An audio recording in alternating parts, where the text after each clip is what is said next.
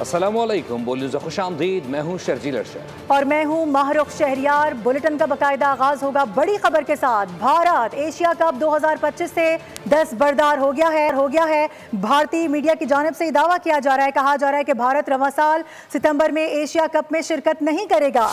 BCCI ने Asian cricket council को फैसले से आगाह कर दिया है। इसी हवाले से बात भी होगी। अफजाल अब्बासी हमें ज्वाइन कर रहे हैं। अफजाल, आगाह कीजिएगा।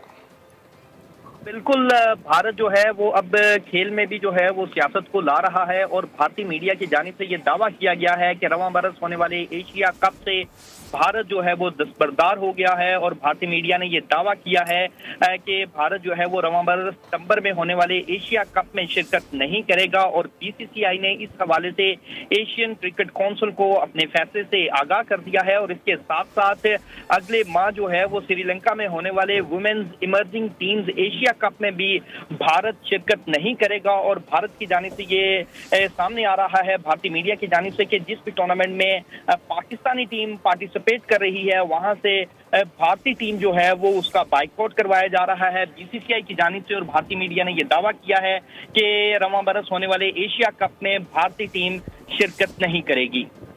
बहुत शुक्रिया अफजाल, अपडेट करने के लिए। सब्सक्राइब करें और बेल दबाएं ताकि कोई खबर रह न जाए।